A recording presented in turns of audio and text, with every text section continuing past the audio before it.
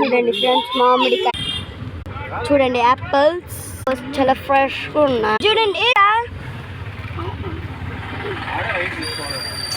River బాగా చూసారా కొత్తది. చూడండి కూరగాయ ఫ్రెష్ ఫ్రూట్స్